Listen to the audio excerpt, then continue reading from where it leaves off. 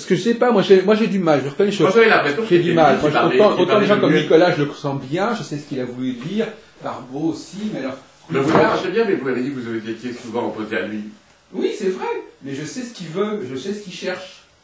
Il cherche à refonder l'astrologie, à la libérer du symbolisme zodiacal, du symbolisme mythologique, de trouver d'autres arguments qui d'ailleurs vont arriver au peu près au même résultat. Mais enfin, voilà. Et puis de trouver une sorte de continuum. Parce que les symboles, c'est bien les symboles, mais on passe d'un symbole bélier à un symbole taureau.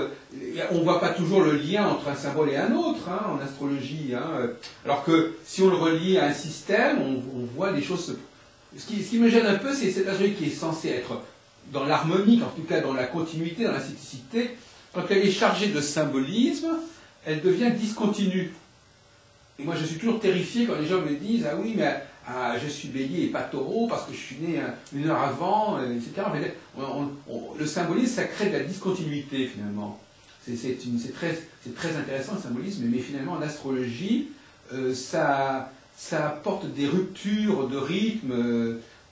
On passe de la balance au scorpion, alors oui. On passe d'un univers à un autre univers, on se dit mais comment ça fait-il que ces deux signes qui se suivent, comment peuvent-ils être aussi différents? Alors, notre amie la Béatrice Guénin m'a expliqué hier que Nicolas avait élaboré, pour expliquer ça, l'idée que le deuxième signe de la saison était en sorte en contrepoint des autres signes. Enfin, on essaie de trouver des raisons aux contradictions, plus ou moins des raisons plus ou moins... Oui, mais qui existent dans l'astrologie traditionnelle, on vous dira qu'il y a des signes cardinaux, des signes fixes et des signes mutables. Oui, mais bien sûr. Quoiqu'à mon avis, d'ailleurs, à ce sujet, il y aurait beaucoup à dire. Mais de toute façon, la théorie de Jean-Pierre Nicolas, je ne suis pas un grand spécialiste du tout, mais elle fonctionne par signaux, par... Voilà. Oui, bon, ça revient au même, parce qu'un signal introduit forcément de la discontinuité avec le signal précédent. Quand on vous dit, même de toute manière, la vie est faite de la juxtaposition de discontinuité. Quand vous mettez des lettres côte à côte pour faire un mot, le J n'est pas, n'est pas comme le A. Donc, il y a de la discontinuité dans la vie, enfin, je ne sais pas si c'est la vie, mais c'est vrai que l'alphabet, c'est le type même d'une série plus ou moins symbolique qui fait problème.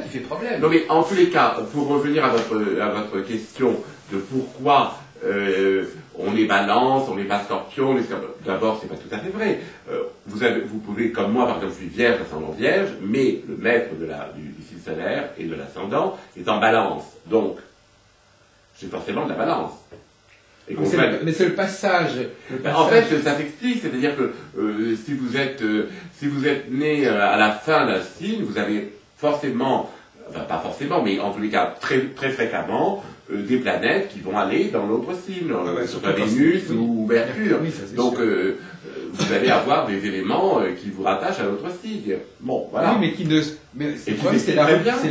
il n'y a pas de rupture, vous empruntez des éléments, c'est comme si vous voulez, un tableau, vous empruntez un peu de vert ici, un peu de jaune là, le tout de loin fait une espèce de bleu-vert, mais bon, vous avez mis un peu de jaune, un peu de bleu, et après de loin ça fait vert, mais bon, c'est, peu importe, d'abord, à quel niveau vous vous situez dans l'analyse du caractère de la personne, mais on est fait de juxtapositions qui peuvent être effectivement trompeuses et source mais c'est ainsi que l'on est fait, et ça on n'y peut rien. Il n'y a pas une continuité absolue dans le zodiaque.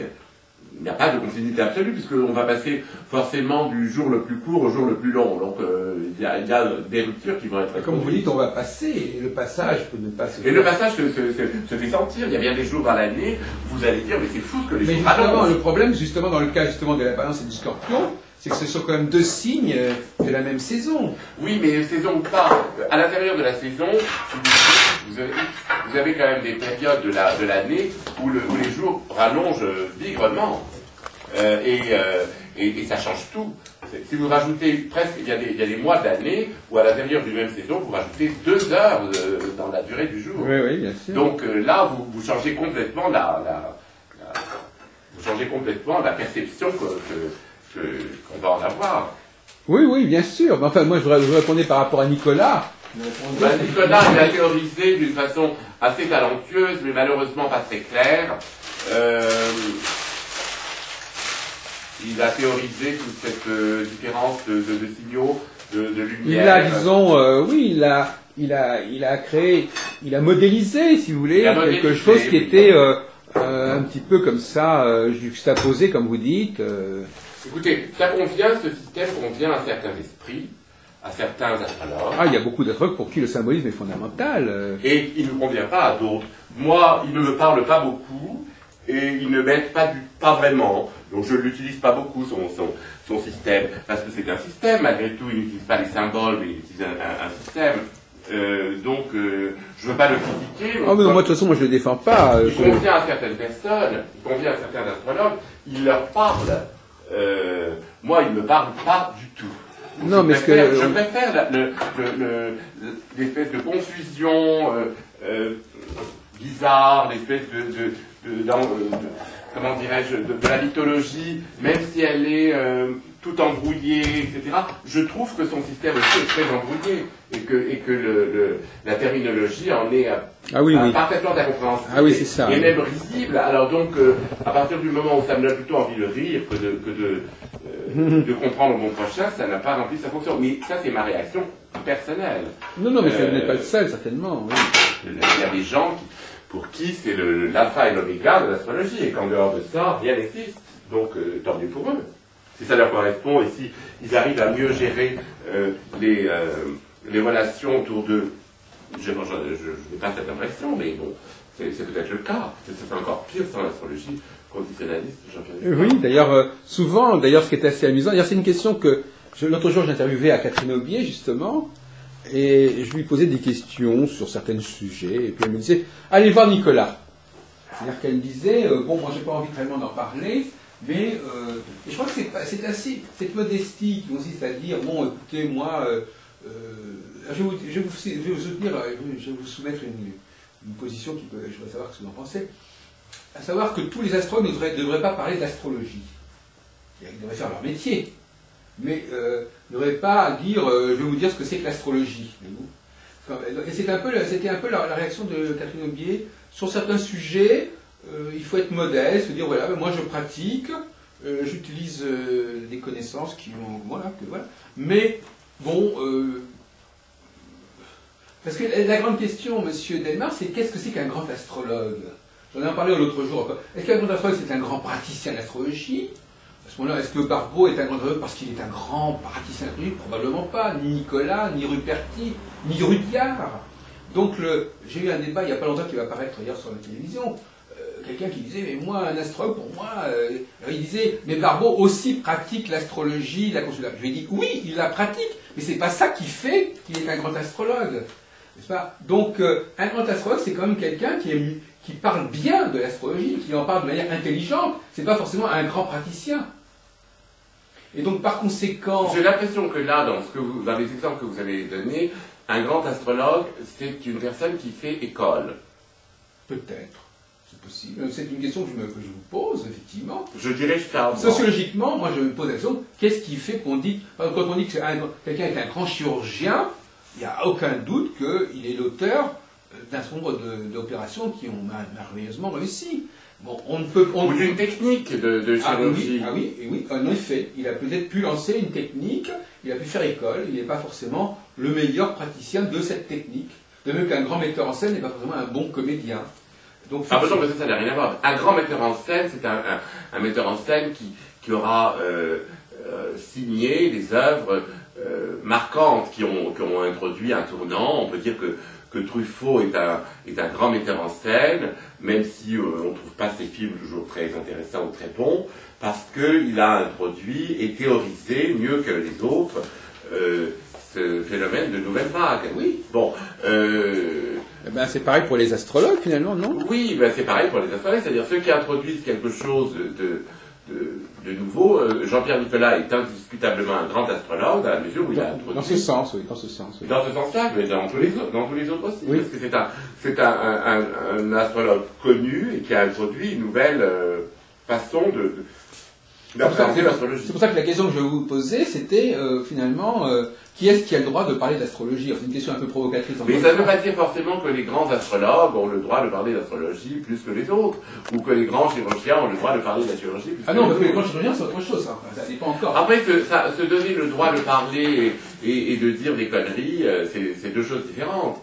Bon, il y a des grands acteurs qui parlent au nom de la théorie du comédien et qui disent des conneries. Et voilà, donc il n'y a pas de règle absolue, si vous voulez. Un grand astrologue, c'est quelqu'un qui a marqué par un certain nombre d'ouvrages, c'est le cas de Barbeau, vous voyez.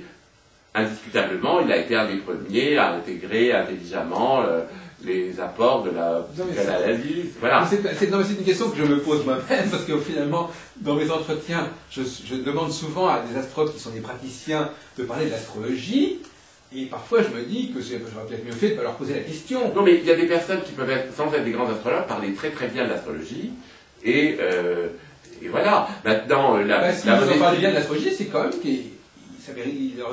ça mérite de les entendre à ce moment-là. Certainement. Oui. Donc ils sont des grands astrologues. Ça veut rien dire. Disons qu'en tous les cas, ce sont des grands... des grands avocats de l'astrologie. Oui, avocats, où j'aurais... des porte-paroles intelligents. Oui, des grands rhétoriciens. Elisabeth Tessier, bon, peut-être qu'elle a... Alors, Elisabeth Tessier, le cas d'Elisabeth Tessier est différent. Elisabeth Tessier est une grande technicienne de l'astrologie. Vous le jugez au niveau de ses livres ou au niveau de sa pratique professionnelle? De sa pratique. Mais est-ce qu'on la connaît? Excusez-moi. Est-ce qu'on connaît... Comme on connaît un grand chirurgien. Non, mais justement, moi qui suis en milieu depuis 40 ans, je peux vous assurer que, en règle générale, on ne sait pas comment les astrologues, si les astrologues sont bons ou mauvais. Il suffit d'aller les consulter. Ah oui, d'accord. Elisabeth Tessier est une grande technicienne de l'astrologie. C'est aussi une femme qui a porté, je dirais, la parole astrologique sur tous les fronts. Donc, elle mérite certainement le titre de grande astrologue. Maintenant, on peut lui trouver des défauts, mais elle est à ce titre. Il y a différentes... si vous voulez, qualités qui vous valent le nom, le titre. Qu'est-ce qu'on appelle le porte-parole? Enfin, elle est plus qu'une porte-parole, elle a vraiment été une sociologue de l'astrologie aussi. Donc c'est une femme qui mérite le respect, qui a pratiqué une astrologie digne, je trouve. Oui, voilà. Maintenant, il y a des querelles aussi. Alors on va dire, ah non, c'est possible d'astrologie. Bon, il y a des querelles dans tous les milieux. Vous savez, un grand chirurgien peut être aussi discuté par des ennemis acharnés qui vont dire qu'il est épouvantable. Il y a quelquefois des chirurgiens ou des astrologues qui font l'unanimité, c'est assez rare. Quelquefois, quand ils sont dans le cas de chirurgiens ou dans le cas de médecins, quand ils sont couronnés par le prix Nobel, alors là, tout le monde s'accorde. Non, dans le cas des astrologues, on est très, très tolérant à ce niveau-là. Les gens vont dire, oui, un tel, il n'est pas extraordinaire en tant que praticien, c'est pas dramatique. Bon, en même temps, on s'en fiche un peu de savoir s'il est grand et pas grand. Parce que ça passe, de toute façon. Ils sont grands de leur vivant, et puis ensuite, on les oublie plus ou moins. Il y a certainement des grands astrologues qu'on a complètement oubliés, qui étaient des grands astrologues de leur temps, ou de leur moment. Les historiens s'en souviennent, enfin, ils sont là pour ça. Non, pas toujours. Il y a des grands auteurs qui sont complètement tombés dans l'oubli, les grands écrivains. Oui, mais ça arrive. Il y a des auteurs qu'on redécouvre, des auteurs qui étaient inconnus, des peintres qui ont été inconnus de leur vivant et qui sont considérés ensuite par la postérité, ou du moins par un siècle. Non, mais la question que je voulais vous poser était plus insidieuse. C'était effectivement, peut-être que l'astrologie se porterait mieux si tout le monde ne racontait pas n'importe quoi, si tous les astrologues ne racontaient pas n'importe quoi sur l'astrologie. Mais moi, je n'entends pas tellement les astrologues parler et dire n'importe quoi sur l'astrologie. Non, c'est plutôt les gens qui n'y connaissent pas grand-chose, qui nous attaquent toujours avec les mêmes arguments, la précession des équinoxes, voilà, qu'on ne connaît rien à rien, qu'on ne connaît pas... Bon, et puis, ce sont des espèces de positions qui sont quelquefois un peu machistes, comme ça. L'astrologie, c'est pour les bonnes femmes, on est resté à ces espèces de... Non, mais par exemple, prenons le cas d'Uranus, Neptune et Pluton. Bon, par exemple, un praticien peut parfaitement utiliser ces planètes dans sa pratique, il n'y a pas de problème. Maintenant, si on lui demande, parce que moi, le praticien, il a des dialogues avec ses clients. Donc, Ce que l'astrologue dit à ses clients, c'est autre chose. Ça, c'est un problème de transfert, c'est un problème de communication. On ne parle pas de ça. On parle de l'astrologue qui n'est pas en train de parler à ses clients. Et Dieu sait si les clients, eux, ont une approche particulière et une attente particulière. Alors, il parle à qui et où, dans quelle occasion? Ben, quand, je sais pas, à différentes occasions, autour de lui, dans un entretien divers, enfin, je sais pas, et qu'est-ce que vous voulez savoir? Eh bien, là, quand on leur demande pourquoi c'est comme ceci, pourquoi c'est comme cela, mais bon, il ferait mieux de se... Non, mais par exemple, on a parlé tout à l'heure du zodiaque, par exemple, d'où vient le zodiaque, d'où vient ce symbolisme, etc. Bon, ils ont deux solutions. Soit ils disent, écoutez, moi, moi j'applique, moi j'utilise ça dans ma pratique, je ne vais pas vous proposer une explication quelle qu'elle soit de cela. Vous ne trouverez jamais personne qui aura des réponses à tout comme l'encyclopédie universelle. Non, mais c'est ça, l'humilité, c'est justement de dire, moi je ne sais pas, ou par exemple, pourquoi on utilise des nouvelles planètes, je ne sais pas. Or, beaucoup de gens, bon, ils vont se lancer dans une petite théorie ceci ou une petite théorie cela, qu'ils ne maîtrisent pas bien, etc. C'est ça que je veux dire. C'est-à-dire que, si vous laissez le problème moi je suis pour une répartition des tâches, voyez-vous. Donc je pense qu'il y a des gens qui sont très bons praticiens, qui ne maîtrisent pas forcément, qui d'ailleurs sont dans un domaine tellement complexe qu'ils ne peuvent pas véritablement. Je disais l'autre jour à Béatrice Guénin, je disais, le grand parallèle. Les rôles sont interchangeables. Les rôles sont interchangeables parce que vous avez des gens qui vont très bien parler à un certain moment d'une chose, et puis après ça va, ils vont en perdre un petit peu le fil, et puis pratiquer. Il n'y a personne n'est figé dans un rôle. Donc, moi, je ne pense pas qu'on puisse dire, voilà, Catherine Audier, je ne la connais pas très bien, mais pas bien du tout, j'ai lu quelques ouvrages, elle est très bonne ici, elle pourra être très bonne ici à un moment, et puis ailleurs passer à autre chose. On peut préférer que quelqu'un d'autre parle de certaines questions que soi-même. Il y a des questions qu'on peut soulever, puis ensuite s'apercevoir qu'on ne les maîtrise pas, mais ça c'est le propre aussi de la discussion. Oui. C'est l'intérêt de la discussion. On n'est pas obligé d'avoir réponse à tout le temps, d'une manière parfaite. C'est un petit peu une déformation professionnelle, parce que comme l'astrologue répond à beaucoup de questions, et à un moment donné, il est sur une pente où il n'y a aucune question à laquelle il ne répondrait pas. Écoutez, même sur sa propre discipline. Et à la limite, c'est vrai que on peut de bonne foi dire, c'est un astrologue, donc il sait de quoi il parle. Et puis il y a des jours où on est plus ou moins fort. Vous avez des jours où vous allez parler très brillamment, et puis ensuite vous allez essayer de refaire ça et y arriver moins bien. On n'est pas non plus des mécaniques absolument parfaites. Donc moi je dirais que on est parti du grand astrologue. Là je ne sais pas très bien où on arrive. On a été parlé de Rudyard, en fait. Oui, Rudyard. Alors pourquoi Rudyard? Alors Rudyard, il y a déjà si vous voulez, il a fait école, il a parlé peut-être mieux que d'autres des cycles des planètes.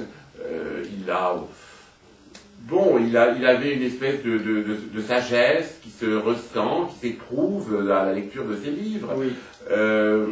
Il y a parfois des personnages emblématiques qu'on met en avant, et qui n'ont rien de particulier en fin de compte. Mais qui, par exemple?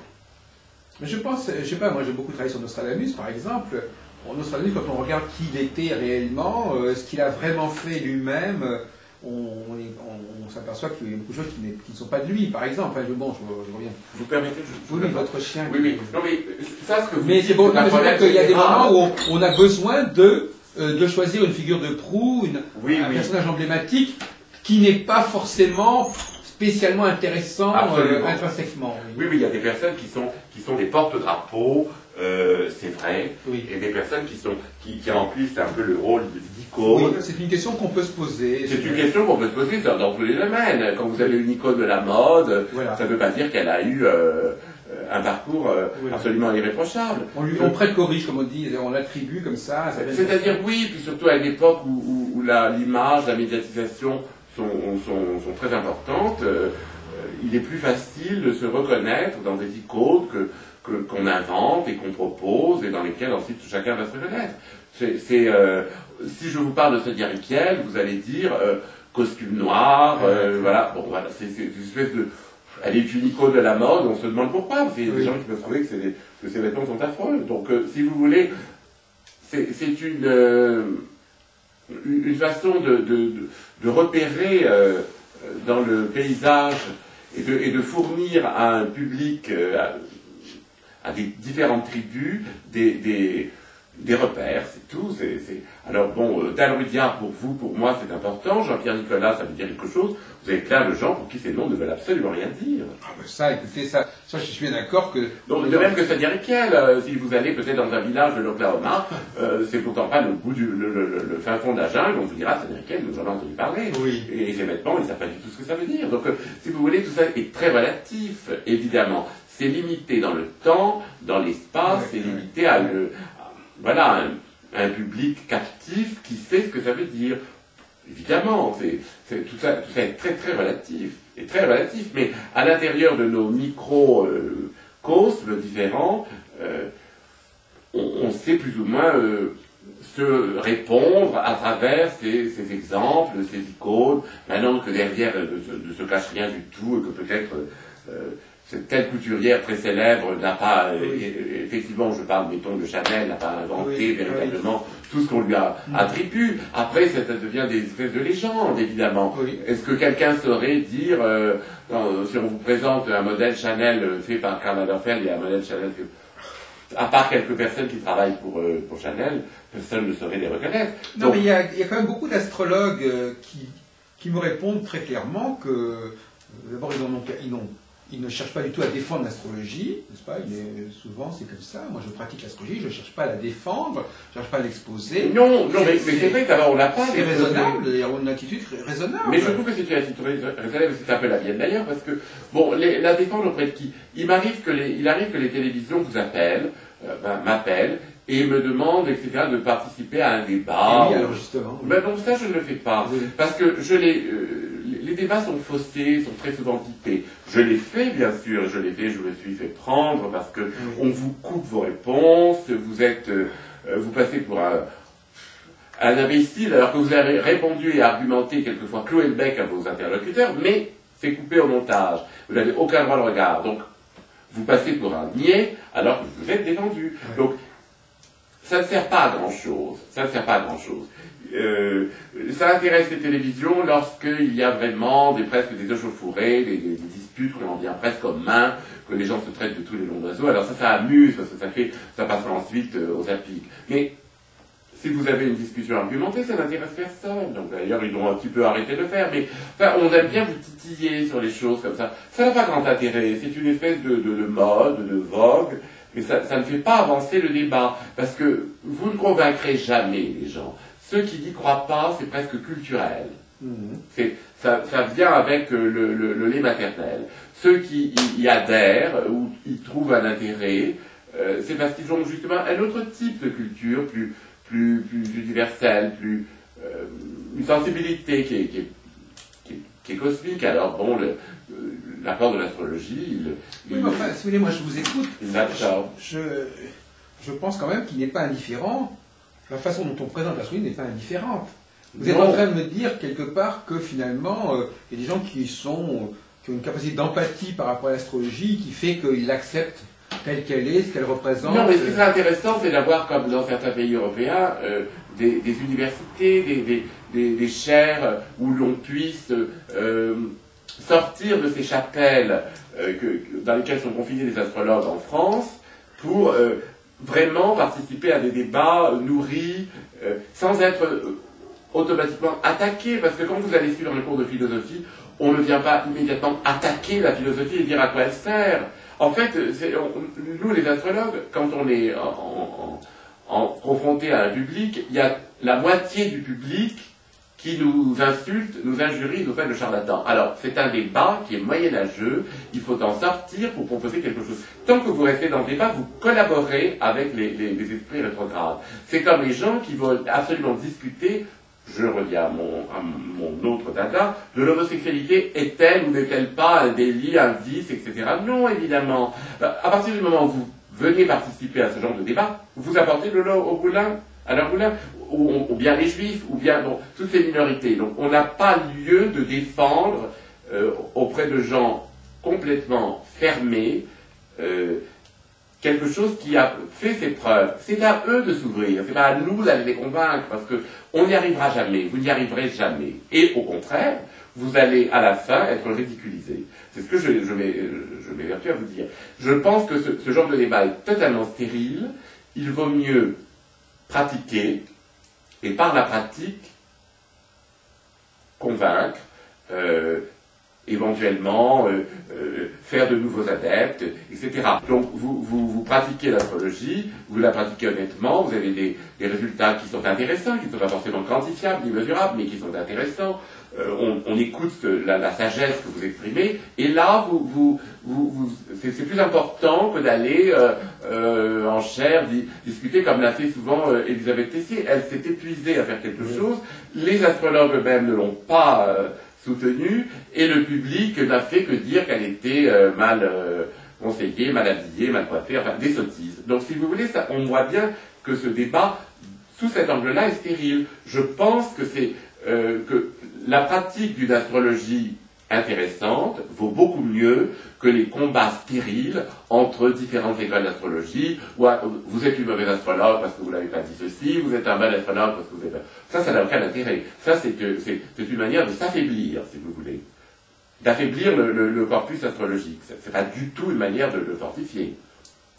Les philosophes sont pas en train de dire « Ah, vous desservez la philosophie en parlant comme ça, vous devriez beaucoup mieux d'en revenir à Aristote. » Bon, on n'a jamais vu ça. Les philosophes mettent leur grain de sel partout, ils donnent leur avis sur tout, quelquefois on n'y comprend rien du tout, mais voilà, eux-mêmes se mélangent, inventent des pseudo-philosophes qui n'existent pas, se les repassent, bon. Ce qui prouve bien que après c'est un jeu de bretteurs, mais on ne remet pas en question le dogme.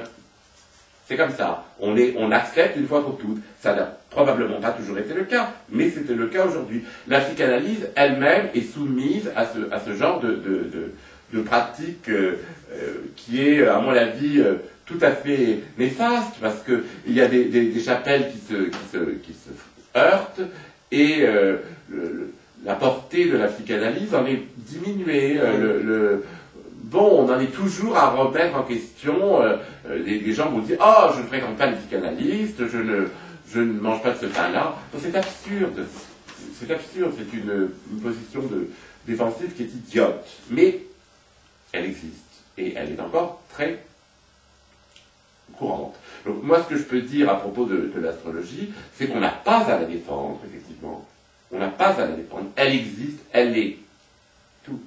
Si vous la défendez contre les gens qui n'y croient pas, vous perdez votre temps, vous battez contre les moulins à vent. Il faut la pratiquer pour les gens qui s'y intéressent. Alors, vous avez toujours dans le public une partie des gens, je me souviens de quelqu'un qui me disait un jour sur une radio, « Ah, mais écoutez, moi je ne crois pas du tout à l'astrologie, parce que je suis Verseau, et mon frère jumeau est Verseau, on n'a pas du tout le même caractère. » Je lui ai développé ma réponse, et il était en fait très intéressé. En fait, c'est une manière de dire, je voudrais bien m'y intéresser, mais comme je ne voudrais pas qu'on me prenne pour un imbécile, donc je vais commencer par vous dire des contradictions. Mais c'est une figure de rhétorique qui est très courante, et en plus très banale, et assez grossière. Et, bon, c'est une figure de rhétorique qui consiste à dire, on pose d'abord que moi, non.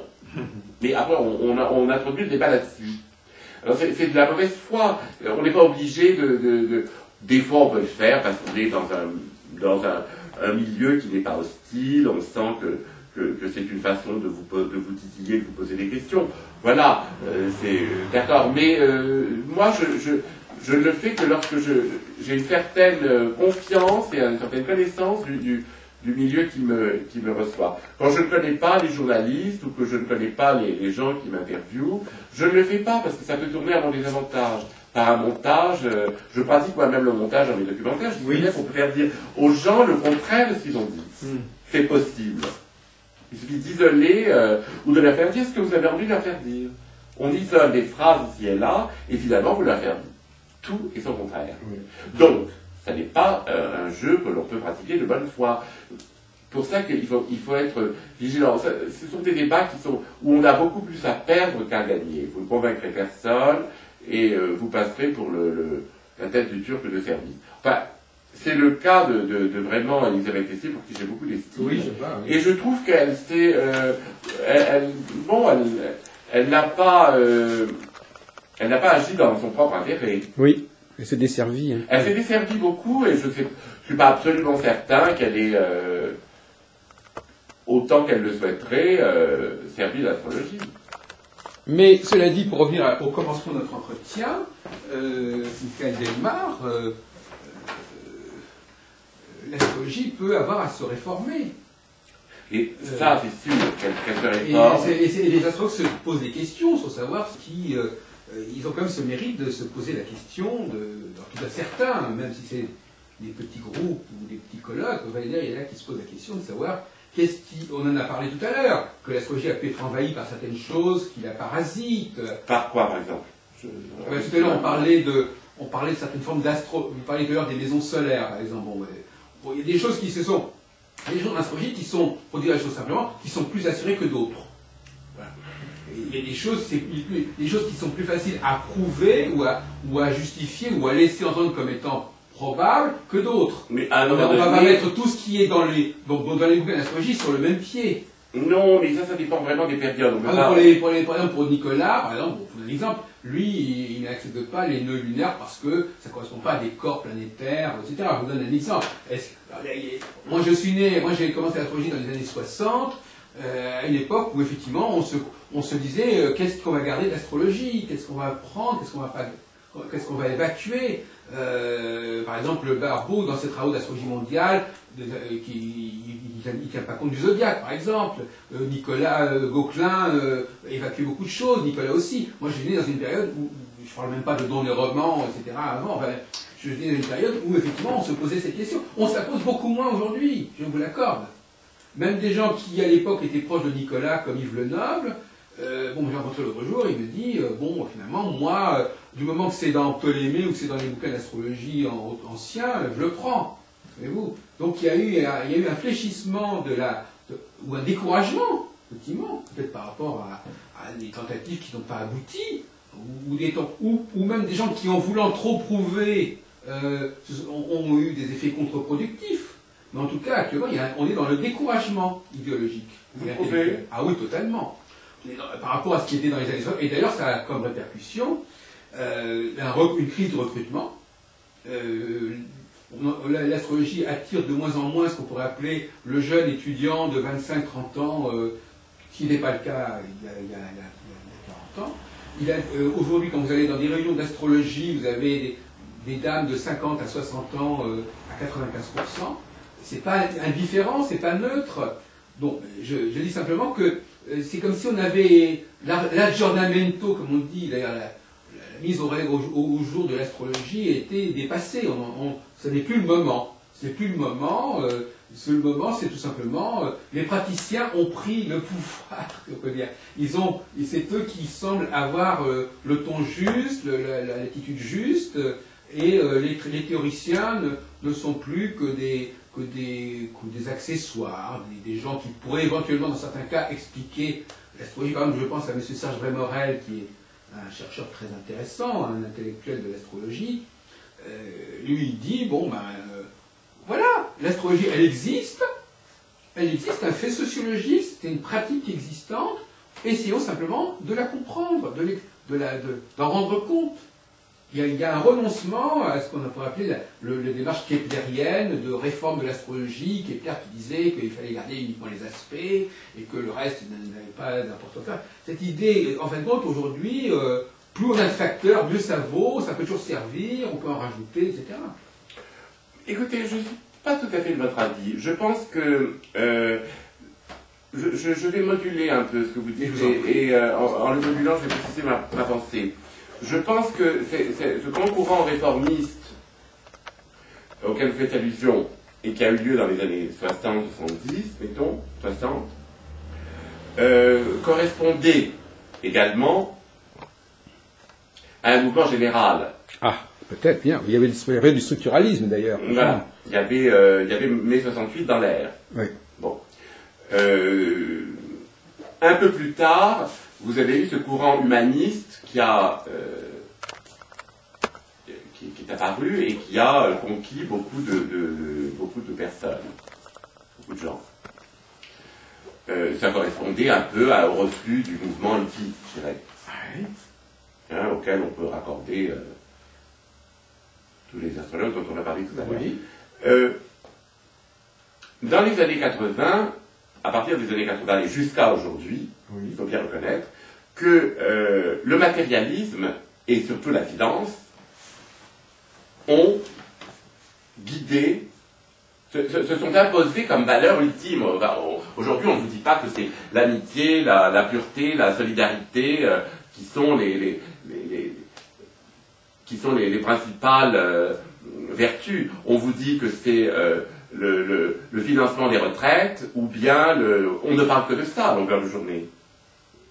Les retraites, le chômage, le minimum vieillesse, le minimum ceci, le minimum cela. Bon, donc on est dans une période... La pénurie un petit peu. Oui, dans une période qui est extrêmement crue du point de vue matérialiste, et l'astrologie ne pourrait pas s'inscrire, ne pourrait avoir absolument aucun écho si aujourd'hui elle prenait une philosophie, si tout à coup elle se mettait à devenir extrêmement structurelle, extrêmement théorique, ça n'aurait pas de sens par rapport à ça. Aujourd'hui, on a besoin de trouver du sens à sa vie, parce que si on s'en réfère à ce qui vous est proposé, à ce qui vous est imposé, c'est-à-dire des modèles anciens et non plus courts, les modèles financiers ont tout balayé, et il y a cette espèce de nettoyage abominable qui a lieu dans la société, qui vide de sens la plupart des domaines. L'astrologie résiste quand même, elle résiste. Les gens je dirais, ont recours à l'astrologie, parce que je ne voudrais pas employer une expression trop forte, je ne dirais pas qu'ils se rattachent ou qu'ils se rattrapent à l'astrologie. Ils s'adonnent à l'astrologie dans le but de trouver du sens à ce qui est autrement, voilà, tous ces suicides, parce que vous êtes stressé, parce que vous êtes harcelé, etc. Donc, l'astrologie peut aider à trouver un sens à votre vie, à échapper à vos conditionnements terrestres qui deviennent, je vous parlais tout à l'heure des conditionnements terrestres, qui sont de plus en plus violents, bon, qui ont atteint un degré de violence, bien entendu pas comme pendant la guerre, mais est-ce que vous pouvez dire que pendant la guerre, on a pratiqué l'astrologie la plus intéressante? Certainement pas. On a pratiqué une astrologie faussée, une astrologie événementielle, une astrologie, complètement bizarre, biscornue, trafiquée, c'était un instrument de propagande. Donc aujourd'hui, on est dans une espèce de parenthèse de l'histoire. Attendons d'être sortis de cette période pourrie qui correspond peut-être à un passage de Pluton, je ne vais pas me mettre à théoriser là-dessus, pour revenir à peut-être un nettoyage de l'astrologie, peut-être, il y a eu quand même des effets positifs, parce que je vous signale que dans les années 60, moi j'ai appris dans les années 70, par correspondance, j'ai par pudeur évité de venir pas d'astrologie, pourtant très réputée, que j'ai tenté, enfin du moins, j'ai par correspondance, et c'était le tout psychanalytique. Vous aviez le complexe de ceci, le complexe de cela. Je vois qui vous voulez parler. Donc vous aviez le complexe de Polyeucte, et le complexe d'Hippolyte, le complexe de je ne sais qui. Donc ça n'avait aucun sens. De Phèdre, de tous les... Oui, je sais. Bon. Il y a une espèce d'exacerbation de la mythologie dans ce qu'elle avait de plus anecdotique et de moins intéressant, dans un esprit très littéraire. Très littéraire et plus ou moins psychanalytique, théâtral, analytique, enfin tout ce qu'on veut. Barbeau lui-même, quelquefois, dans ses livres des années 60-70, exagère un peu dans le côté para-psychanalytique. Vous serez d'accord avec moi? Oui. Bon, et de même que comment s'appelle-t-il, Nicolas, avec son réformisme un peu aveugle, est tombé dans une caricature qui a presque dénaturé son système. Parce que qui en est aujourd'hui quels sont les apports de cette astrologie conditionnaliste? Aucun, pratiquement. Aucun. Enfin, du moins très peu. Très peu. Moi, je vais souvent dans des congrès, il m'arrive d'écouter des conférences, je n'entends jamais c'est toujours, on en revient toujours au symbolisme ancien, donc en fait. Non, mais ça, excusez-moi de vous interrompre. C'est la pratique aussi. Non, c'est aussi parce que, là, c'est un problème assez complexe, c'est parce que les organisateurs de congrès Non, je suis. ne crois pas. Mais si, ils font appel ou non à certains.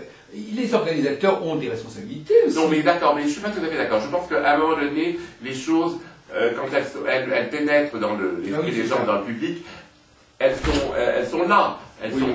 Bon, quand vous n'avez absolument rien, ben, vous n'avez rien, c'est tout. Si vous voulez, qu'est-ce qui est resté des yéyés, c'est pas leur cri de yéyé, vous voyez. Il en est resté peut-être un sens du rythme, la danse, les coiffures, bon, il y a des petites choses qui restent, mais pas le côté le plus parodique. Alors il restera peut-être, j'espère, quelque chose de l'astrologie conditionnaliste, mais non, mais elle a peut-être voué être dépassée. Moi, personnellement, je suis pour le dépassement de l'astrologie conditionnaliste. Donc elle est peut-être... Mais elle est quand même exemplaire, non pas dans ses résultats, dans ses solutions, mais je pense... Ici et là, elle a apporté des réponses. Moi, je sais que dans la façon d'entrevoir les hémisphères, certaines parties de l'astrologie conditionnaliste me paraissent assez justes. Mais elle rejoint presque l'astrologie traditionnelle dans ces cas-là. Mais c'est ça le grand reproche, enfin moi personnellement c'est plutôt un reproche, c'est le grand reproche qu'on peut faire à l'astrologie conditionnaliste, c'est quelque part, c'est comme si on avait voulu retrouver l'astrologie conditionnelle avec d'autres moyens, mais en ayant comme objectif de recouper et de rattraper l'astrologie traditionnelle. C'est ce qui fait les limites de c'est ce qui fait les limites du travail de Nicolas, justement. Oui, je pense. Parce qu'en fin de compte, il n'a pas fait un vrai travail théorique en profondeur, il a surtout cherché à théoriser une tradition astrologique qu'il avait acquise, qu'il avait apprise. Oui, alors que, par exemple, quelqu'un comme Gauquelin, lui, il a carrément dit ça je prends, ça je prends pas. Mais c'était le statisticien. Oui, c'est ça, oui, c'est ça. Et il n'a pas dit comme ça, mais il a les résultats. Enfin, effectivement, non, mais de toute façon, chaque chose, la question est de savoir on n'est pas là pour en discuter, mais quelles sont les pratiques de l'astrologie pour la deuxième décennie du XXIe siècle. C'est plus tout à fait Nicolas, pourquoi, etc. On pourrait discuter. Mais il y a un mot qui me vient, parce que j'ai assisté récemment à un colloque sur ce sujet, c'est le mot clôture. Il y a des moments où le savoir est clôturé, voyez-vous. C'est-à-dire, par exemple, la Bible a été clôturée à un certain moment. C'est-à-dire clôture, c'est-à-dire que voilà, moi je suis d'origine juive, donc je vais à des colloques sur ces questions-là notamment. Et dimanche dernier, il y avait justement un exposé là-dessus, sur le prophétisme, etc., en disant, voilà, bon, le temps des prophètes est révolu, maintenant on clôture. Mais cette notion de clôture est très intéressante, c'est-à-dire qu'à un certain moment, on dit, voilà, on a fait des recherches, on a bougé pas mal de choses, maintenant on arrête les frais, on clôture et on prend ce savoir tel qu'il est devenu. Et ça c'est vraiment pour moi très important, ce type de raisonnement. C'est la fameuse dialectique du yin et du yang, vous savez. Il y a un moment donné où il y a des gens qui voudraient que les choses se stabilisent et que ce soit plus tout le temps en mouvement. Bon, maintenant, voilà, c'est terminé, on arrête les frais, et maintenant, on fait avec ce qu'on a. Vous avez l'impression qu'on est dans ce genre de période? Moi, je crois que, d'ailleurs, pour moi, j'appelle ça une période décadente. C'est des périodes où, effectivement, par exemple, prenons le cas des langues. Bon, il y a des tas de domaines où des langues, par exemple, par exemple, la langue française que nous utilisons là dans notre conversation, c'est une langue qui est quand même très clôturée. Elle est figée, même s'il y a des petites choses qui bougent, mais enfin, elle n'est pas, ni même au niveau orthographique, on n'a même pas le droit de toucher à l'orthographe du français. Oui, mais enfin, là, tout de même, on peut introduire une petite contestation à ce que vous dites, parce que, justement, les textos, les SMS introduisent, font apparaître une nouvelle langue qui bouscule complètement l'orthographe c'est peut-être pas un bon exemple, mais je pourrais en donner beaucoup d'autres. Mais par exemple... Mais je crois que pour l'astrologie, c'est un peu la même chose. C'est-à-dire qu'aujourd'hui, l'astrologie... C'est des frémissements, c'est ça. Non, mais vous dites que l'astrologie, on clôture, on prend ce qu'il y a, etc. Moi, je ne suis pas tout à fait d'accord. L'astrologie, actuellement, elle se nourrit d'autres choses. Elle se nourrit de quoi? Elle se nourrit du tarot. Vous avez fait référence tout à l'heure plusieurs fois. Donc, le tarot est un élément qui intéresse énormément nos contemporains. Elle se nourrit, vous parlez du yin et du yang, elle se nourrit effectivement du Viking, on va dire. Bon, à un moment donné, elle s'est nourrie énormément... aussi. Oui, elle s'est nourrie énormément de la psychanalyse. Oui. Maintenant, ça n'est plus le cas. On a l'impression qu'elle est quand même relativement perméable à l'astronomie, mais je n'ai pas encore vu qu'on avait chassé comme certains scientifiques Pluton du système astrologique. Non. Non. Bon. Donc, c'est une question d'ailleurs qu'on peut se poser. Voilà. Bon. Donc les Américains tiennent compte de Chiron, de nouvelles astéroïdes, de Junon, Cérès. Bon. Donc il y a quand même des... Oui, c'est vrai. Oui, on ne peut pas dire que ce soit... Et le tarot est très important, c'est-à-dire que voilà, il y a une perméabilité, je dirais, vraiment à un ésotérisme plus large. On n'est plus, je vois, dans cette période où il fallait rationaliser. Qu'est-ce qu'a fait Nicolas? Il a essayé de rationaliser. Par rapport à l'excès de symbolisme et de psychanalyse de la période précédente, il a voulu resserrer dans la pratique astrologique à quelque chose de basé sur l'éclairage, la lumière, les saisons, etc. Bon. Aujourd'hui, on s'ouvre à tout ce qui est beaucoup plus... on pourrait assister à une réconciliation cerveau-gauche et cerveau-droit, donc l'intuitif, la pratique de... Autrefois, la pratique de l'astrologie qui aurait mélangé le tarot, c'était hérétique. Absolument. Bon, aujourd'hui, c'est pas du tout hérétique, c'est complètement approuvé, ça va de soi. Le tarot est même utilisé souvent dans les séances de psychothérapie. Oui. Donc, il n'est pas question de le chasser des cercles astrologiques. Ce serait absurde. Il est quand même beaucoup plus à sa place avec des sciences divinatoires, enfin des arts divinatoires, qu'avec la psychologie. Moi, ce qui m'étonne, c'est que si vous voulez, dans les années 60-70, on entendait ce discours que l'astrologie n'était pas un art divinatoire, qu'on ne pouvait pas et on ne devait pas faire de prévisions. On devait se contenter d'appliquer stupidement des préceptes pseudo-psychologiques et donc de faire de la typologie des bêtes. Parce que la psychologie, c'est quand même beaucoup plus sophistiqué que de dire le taureau est comme ça, le gémeau est comme ça, c'est quand même un peu plus sophistiqué. Bon. Donc, aujourd'hui, de dire que c'est un art divinatoire, ça n'offusque plus personne. À part quelques-uns qui s'y... Oui, quelques-uns, mais dans certains milieux, par exemple, la Fédération des astrologues francophones a fait tout un scandale il y a déjà 2-3 ans, et elle a évacué de ses membres ceux qui étaient trop dans la prédiction, par exemple. Hein.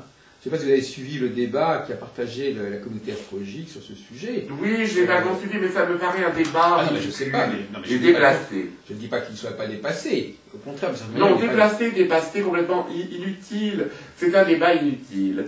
C'est un débat complètement inutile. Parce que, au fond, de vouloir... Alors, à quoi ça sert l'astrologie si ça ne sert qu'à donner une typologie de caractère? Parce que la typologie de caractère, elle n'est pas non plus 100% exacte. Non, il n'y a pas de doute là-dessus. Mais je ne sais pas, moi je n'ai pas non plus l'intention de défendre leur position, pour des raisons qui sont... apparemment, ils établissent un distinguo entre prévision et prédiction. Oui, enfin, d'accord. On ne sait pas très bien ce que ça veut dire d'ailleurs, mais ils y tiennent et ils disent même que les gens qui sont sur leur site ont souscrit à un code de déontologie qui les engage à ne pas dépasser un certain seuil de précision, il faut le dire, dans leurs travaux. Je sais pas. Non, mais c'est pour vous dire que... Mais ça n'a aucun intérêt, parce que on voit bien que ce sont des gens qui sont coupés de la pratique. Oui, il y a d'ailleurs beaucoup d'astrologues qui n'ont pas suivi, bien entendu. Ils sont coupés de la pratique, parce que si vous dites aux gens, je ne peux pas vous faire de prédiction parce que mon école me l'interdit, alors pourquoi est-ce que je peux plus voir? Les gens ne sont pas là pour qu'on leur dise... Et pourtant, dans les milieux de l'astrologie humaniste, c'est très couru de dire qu'il ne faut pas que l'astrologie humaniste a ce profil... oui, mais moi je ne suis pas un astrologue humaniste. Non, mais justement, parce qu'on en a parlé. Mais là, justement, c'était un petit peu un lieu, un espace où, justement... on essaie de montrer que l'astrologie n'est pas uniquement prédictive. Hein. Oui, mais ça c'est je ne sais pas ce que ça vaut, mais c'est ce qui est dit, c'est ce qui se dit, c'est ce qu'ils veulent. C'est la vieille ancienne, si vous voulez, ça n'a pas d'intérêt, parce que l'astrologie au départ, elle était prédictive. Alors il faut revenir justement aux fondamentaux. Elle était rien d'autre que prédictive. ce que voulaient savoir les gens, c'était leur avenir, ou l'avenir de leur roi, l'avenir de leur empereur, de leur armée, etc. C'est ça qu'ils voulaient savoir. Ils ne voulaient pas interroger, savoir si Darius allait aimer ou non. Enfin, une des vraies raisons de cette attitude, c'est malheureusement de dire qu'on a plus de chances de se tromper en faisant du prédictif qu'en faisant de la psycho. Ou plus exactement que les démentis sont plus marquants et plus flagrants que lorsqu'on dit à quelqu'un qu'il est un peu plus ceci ou un peu plus cela. Et justement, parce que c'est plus marquant et plus flagrant, on a plus de chances de progresser. Ben justement, c'est pour ça que M. de Chivray, pour ne pas le citer, qui préside la fédération, a rompu avec M. Barbeau. Parce que, précisément, il n'appréciait pas cette stratégie qui consiste à prendre des paris et à dire, voilà, il va se passer ceci. Ça n'enlève rien en mérite de Barbeau. Quant à l'autre personne que vous avez citée, je ne la connais pas et elle ne m'intéresse absolument pas. On s'en fout, si vous voulez, qui rompe avec qui bon lui semble, qui rompe avec Savalbert, si ça lui chante. Si vous voulez, moi je pense qu'à un moment, il faut pas s'intéresser à ces espèces de querelles inessentielles, c'est absolument inessentiel. Je pense que ces gens-là se donnent une raison d'exister en émettant des oukases. Là, vous n'avez pas le droit de faire ci, vous n'avez pas le droit de faire ça, tant mieux pour eux. C'est pas du tout intéressant. Je pense pas qu'on progressera comme ça. Enfin, il y aura toujours des réactions de ce style. Ça montre que les gens sont en train d'avancer. Quand vous avez des gens qui s'offusquent, ça veut dire que ça bouge. Oui. Bon. Donc tant mieux, enfin, ça veut dire qu'il faut aller là. Il faut aller exactement là où il dit qu'il ne faut pas aller. Il faut aller bien entendu vers la prédiction, parce que quand on fait de la prédiction, on a une chance de nettoyer toutes sortes de scories. Parce que quand on n'en fait pas, on peut dire tout un tas de conneries, faire des projections, ne pas avoir eu de surveillance, parler de soi en croyant qu'on parle de l'universel, et se bourrer complètement. Et c'est malheureusement ce que je crains que ne fassent ces gens qui n'ont absolument aucune prédiction, c'est un peu l'épreuve du feu. Oui, parce que si vous voulez, quand vous faites une prédiction, par exemple, vous faites une prédiction politique, je suis bien placé pour le savoir, je me suis souvent trompé. Et je me suis souvent trompé, pourquoi? Parce que j'étais souvent incapable de dire ce que je pensais vraiment qu'il allait arriver. Il fallait que je mette mon grain de sel et que je ne pouvais pas m'empêcher de dire ce que je voulais qu'il arrive. Oui. Oui, je l'avoue. C'est de la très mauvaise astrologie. Et on est souvent influencé par ce qu'on attend, ce qu'on souhaite. Oui, oui, c'est très... Mais maintenant que je suis passé par cette épreuve, je dirais que si on m'interroge à nouveau en politique, je dirais vraiment ce que je pense, au lieu de le... Parce que jusqu'à présent, j'ai vraiment cherché à influencer. Enfin bon, je l'avoue, ça c'est vraiment pas bien du tout, mais... Non, mais c'est vrai que beaucoup d'astrologues ont été au service de certains camps. Quand vous faites de la prédiction, vous prenez un risque et vous vous exposez. Oui. Si vous avez des personnes autour de vous qui sont assez averties, capables moi j'ai autour de moi des gens qui pratiquent la psychanalyse, ils m'ont souvent montré et indiqué à quel endroit je me trompais et ça vous fait progresser. Oui.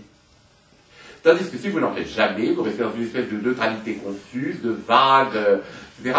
Vous lisez des appréciations sur Nicolas Sarkozy et sur Ségolène Royal qui sont tout et n'importe quoi, tout et son contraire. Alors quoi? Qui peut gagner? Qui va gagner? Pourquoi? On ne comprend pas ni pourquoi elle a gagné, ni pourquoi elle a perdu. C'est trop vague.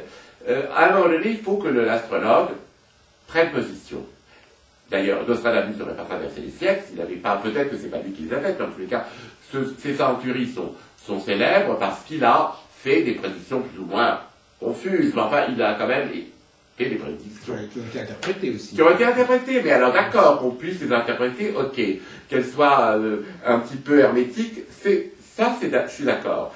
En revanche, qu'elles soient, qu'on s'y refuse au nom de... Alors là, c'est juste... Alors donc j'ai une question à vous poser, M. Delmar. Alors, finalement, vous dites que vous-même, ça permet de faire un tri. Alors, qu'est-ce qui, par exemple, a pu justement être remis en question par les prévisions, par les prédictions? Quelles sont les techniques qui ont montré qu'elles n'étaient pas fiables, par exemple, ou qu'elles ne donnaient pas de bons résultats? Non, mais je ne vais pas vous développer une théorie aussi précise. Non, mais je veux dire, est-ce qu'il y a des choses qui ont vraiment, qui ne tiennent pas du tout la route, qui ne sont pas conseillées? Bon, moi, personnellement, je trouve Qu'est-ce qui est déconseillé? Bon, moi, je n'aime pas, je ne pratique pas. Enfin, je l'ai pratiqué à un certain temps et vraiment, je trouve qu'elle m'induisait en erreur. Je ne pratique plus beaucoup la révolution solaire. Oui, ah oui, c'est vrai. Là, effectivement, c'est intéressant parce que beaucoup de gens ne jurent que par la révolution solaire, effectivement. Je trouve que la révolution solaire a tendance à dramatiser, même dans le sens positif, mais à théâtraliser votre vie. Ouais. Oui, puis en plus, les choses ne se passent pas forcément d'une année comme ça. Voilà. Alors, elle théâtralise votre vie, vous avez forcément quelque chose à dire. Oui. Et vous qui êtes justement partisan de dire que la plupart des gens ont une vie complètement banale et qu'elle ne mérite pas de cette théâtralisation, alors la théâtralisation à parler c'est une très bonne expression, il y a le problème de la théâtralisation. Voilà, alors forcément, vous avez eu mettons que j'ai une révolution solaire entre les mains, je me dis, oh, mais cette année, mais c'est formidable, regardez tout ce que vous avez en 10, regardez tout ce que vous avez en 11, les rencontres formidables, mais tout ça est archi faux. N'arrive pas. Vous avez une année complètement banale parce que justement, la crise financière, des événements extérieurs 10 fois plus forts vont balayer ce microscopique théâtre. C'est un théâtre. C'est comme les prévisions en début d'année, comme ça, oui. Alors non, parce que je trouve que les prévisions en début d'année, si on se fie à la position de Jupiter, à la position de Saturne, bon, elle vous donne un climat qui n'est pas entièrement faux, qui n'est pas dépourvu d'intérêt. Mais c'est vrai que c'est au niveau de la collectivité, c'est pas au niveau de l'individu. Non, voilà. Mais quand même, c'est pas si mal. Oui. En revanche, de théâtraliser pour une seule personne sa petite vie, oh, mais regardez ce que vous allez en faire. Vous allez faire des voyages formidables, je ne vais pas bouger de chez moi. Vous allez rencontrer, vous allez dire, ah oui, mais il y a des diplômes en plus, aucun, pas l'ombre d'un, et même pas à l'horizon des 10 ans. Donc, c'est complètement farfelu, si vous voulez. Ça théâtralise, ça vous met des gros titres partout, ça vous surligne et ça vous souligne pour rien. Ah non mais bravo, là, je souscris totalement à ce que vous dites. C'est très courageux. Mais alors comment se fait... je trouve que vous avez tout à fait raison, on est sur la même longueur d'onde. Mais comment se fait-il que... Comment expliquez-vous alors, monsieur Delmar, que tellement d'astrologues qui justement pratiquent l'astrologie soient satisfaits des révolutions solaires? Qu'est-ce qui fait qu'ils sont... Je vous dis parce que dans un premier temps, quand on n'a pas une pratique très longue, dans un premier temps, ça vous donne du grain à moudre. Oui, c'est ça. Donc ça peut servir, ça peut aider quelque part. Oui, parce que c'est beaucoup plus difficile de dire aux gens, écoutez, non, l'année prochaine, il ne va rien vous arriver du tout. Dans votre thème, il n'y a rien, et je ne sens pas que vous êtes... De toute façon, ça répond à une demande. Oui. C'est beaucoup plus difficile de dire aux gens, mais écoutez, vous n'êtes pas du tout prêt à une rencontre. Vous voyez bien que vous ressassez éternellement le passé. Oui. Donc, il ne va rien vous arriver du tout. Parce que même il se présenterait la plus belle femme du monde, ou l'homme le plus séduisant, le plus riche et le plus intéressant, vous ne le verriez pas, ou vous ne penseriez pas qu'il est là pour vous. Donc, il y a le fait d'être plus ou moins prêt. Je pense que, si vous voulez, cette révolution solaire, elle ne tient compte de rien, elle fait tabula rasa du passé, et pam, on arrive dans une année, on théâtralise, on fait et ça n'a pas d'intérêt. Donc, moi, je laisse tomber cette espèce de pratique qui me paraît trop artificielle. Bon. Oui, d'ailleurs, elle se met en porte-à-faux par rapport au cycle astrologique. Elle se met en porte-à-faux par rapport à tout, par rapport à la réalité et au bon sens même, si vous voulez. Les gens ne se mettent pas tous à avoir des vies extraordinaires à l'âge de 48 ans et demi, parce qu'ils ont rencontré un astrologue. On a l'impression que quelquefois c'est ça. Ils vont sortir de là et il va leur arriver des choses absolument merveilleuses dont ils n'ont jamais pu rêver dans le reste de leur vie parce qu'ils n'ont pas eu l'ombre de la première nouvelle. Donc, ça pour moi, c'est complètement bidon. Maintenant, je dirais que les techniques qui consistent en revanche à, comme je vous disais, à l'école anglo-saxonne, maison, signe solaire égale maison 1, bon, ça vaut ce que ça vaut, mais c'est pas mal. C'est pas mal, et pour les grands courants, c'est pas mal. Voilà, moi j'utilise ça. En tous les cas, pour les horoscopes, ça c'est bien, et pour les consultations, vraiment, j'ai besoin d'un feeling avec la personne. J'ai besoin d'un feeling. J'ai besoin de me sentir un petit peu instrumentalisé par la vie pour dire à la personne des choses. Mais excusez-moi de vous interrompre. Vous-même, vous avez fait ou vous faites des prévisions pour un grand nombre de personnes. En dehors de la consultation personnelle. Donc, oui. vous écrivez par exemple ce qui va arriver au bélier ou au taureau. Oui, oui, oui. C'est ça. Donc effectivement, vous êtes d'accord qu'il puisse y avoir des destins collectifs, en fin de compte. C'est-à-dire que les gens du bélier aient quand même des dominantes qui se reviennent chez tous ceux qui sont de ce signe, par exemple. Oui, oui, oui, avec toutes les exceptions que ça peut supposer. C'est ça, mais malgré tout, de toute façon, moi je ne suis pas du tout Un adversaire. je suis pas du tout, non, je suis pas contre cette démarche, parce qu'elle au moins, elle invite au moins à une certaine humilité. Oui. De savoir que je suis bélier, mais que tout le monde, que je ne suis pas le seul à être bélier, je suis Oui, pas le seul au monde. énormément de gens vont vous dire que eux, ils se reconnaissent pas dans leur horoscope parce qu'ils sont justement pas du tout d'accord avec leur signe, etc. Donc, oui, bon, ben, on s'expose à ça, c'est pas très grave.